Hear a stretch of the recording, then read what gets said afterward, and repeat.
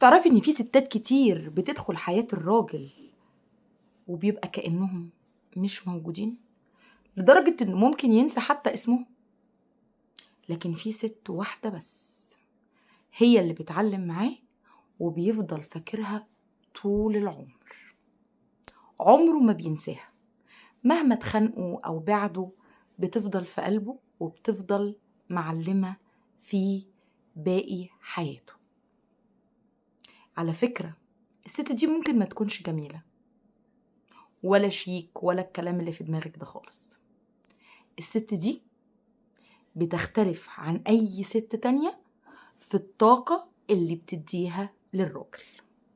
خليكي معايا في الفيديو ده وهقولك ازاي تخليه يتمسك بيكي مهما حصل، وعمره ما هينساكي حتى لو بعدتوا. الراجل بطبيعته بيحب التحدي، بيحب الحرب، بيحب يحس انه كسب حاجة وان اخد حاجة محدش يقدر ياخدها غيره. الراجل بيحب يحس انك مش متاحة، لازم يكون ليكي حياتك وليكي اولوياتك. لو بعتلك مثلا رسالة زي ما قلتلك قبل كده، اوعي تردي في ثانية. لازم يكون ليكي شخصيتك وكاريرك وصحابك وشغلك ونجاحك، ما يحسش ان هو اولى اولوياتك.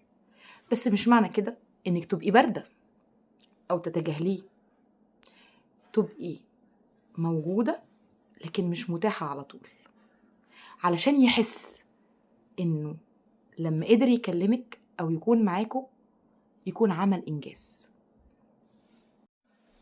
خليه يحس ان الكنز مش سهل يوصله. تاني خطوة، خليه يربط وجودك في حياته بالراحة والأمان والتحفيز. اسأليه عن أهدافه، عن أحلامه، عن نفسه يبقى فين بعد 10 سنين. مش عشان تردي، لأ، عشان تفهميه. عشان الراجل بيحب الست اللي بتفهمه ويحس إن مفيش حد زيها. لما يمر بضغوط أو يقع خليكي جنبه من غير ما تلومي أو تشتكي، علشان لما هتبقي جنبه هو هيحس إنك مصدر أمان ليه.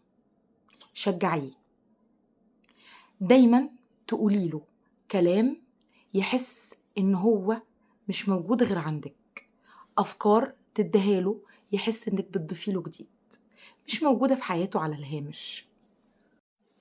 ساعتها بس هيقول إن الست دي مفيش زيها وإنك مختلفة عن أي واحدة بيقابلها.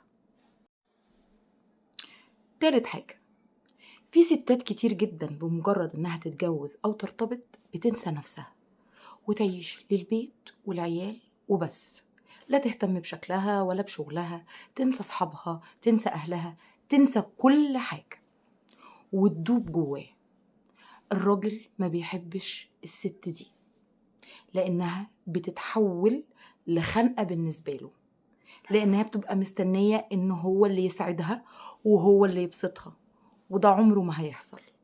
الراجل بيحب الست القوية، الست المستقلة، الست اللي ليها كيانها وليها أمانها، عشان تقدر تديله السعادة والحنية والرقة اللي محتاجها. لأن انتي لو مش مبسوطة ومش سعيدة من جوه عمرك ما هتقدري تبسطيه أو تسعديه. اعملي معادلة توازن، قوة واستقلال وحنية ودفء وهدوء. لأن القوة من غير حنية بتتعب، والحنية من غير قوة بتزهق. مش لازم كل يوم تبذلي مجهود ضخم علشان تعجبيه، ممكن بتفاصيل صغيرة جدا بتعيش في دماغه، زي كلمة حلوة وهو محبط، زي صورة جميلة وانتي مبتسمة بلوك جديد، زي ممكن تبعتيله وحشتني في وقت مش متوقع. التفاصيل الصغيرة دي بتعيش جدا في دماغ الراجل وبتحسسه انه موضع اهتمامك، بس بشكل غير متكرر وعلى فترات مش قريبة عشان ما يزهقش. لما يغلط أو يقل أدبه إياكي تتسهلي، لازم تعملي لنفسك حدود. خليه يعرف إنك ست عارفة قيمتها كويس قوي، بس خلي بالك إنك تعملي ده بهدوء من غير عصبية. الست اللي بتعرف تقول كفاية هي الست اللي بتعلم في دماغ الراجل، لأنه بيخاف يخسرها وبيعمل لها ألف حساب. كمان لما يلاقيكي ما بتقبليش الإهانة أو الضرب أو الزعيق هيحترمك وهيقدرك وهيلم نفسه.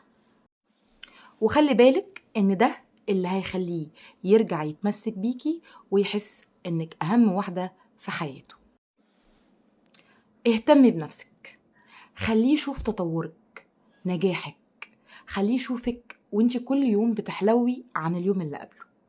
الست لازم تكون متجددة، الراجل بيزهق من التكرار. لازم كل يوم يشوف فيكي شخصية جديدة، متعلمة حاجة جديدة، بتعمل حاجة جديدة، فيها حاجة جديدة في شكلها، لأن التكرار بيبقى بالنسبة للراجل ممل جدا وبيزهق ويبدأ يدور على الجديد. في النهاية أحب أقولك إن الراجل مش بيتمسك بالست اللي بتديله كل حاجة، الراجل بيتمسك بالست اللي بتحسسه إنه راجل وبيخاف يخسرها. كوني هادية، واثقة من نفسك، مختلفة. خليه يحبك مش عشان محتاجك، خليه يحبك علشان مش هيلاقي زيك. النهاردة احنا خلصنا الفيديو بتاعنا.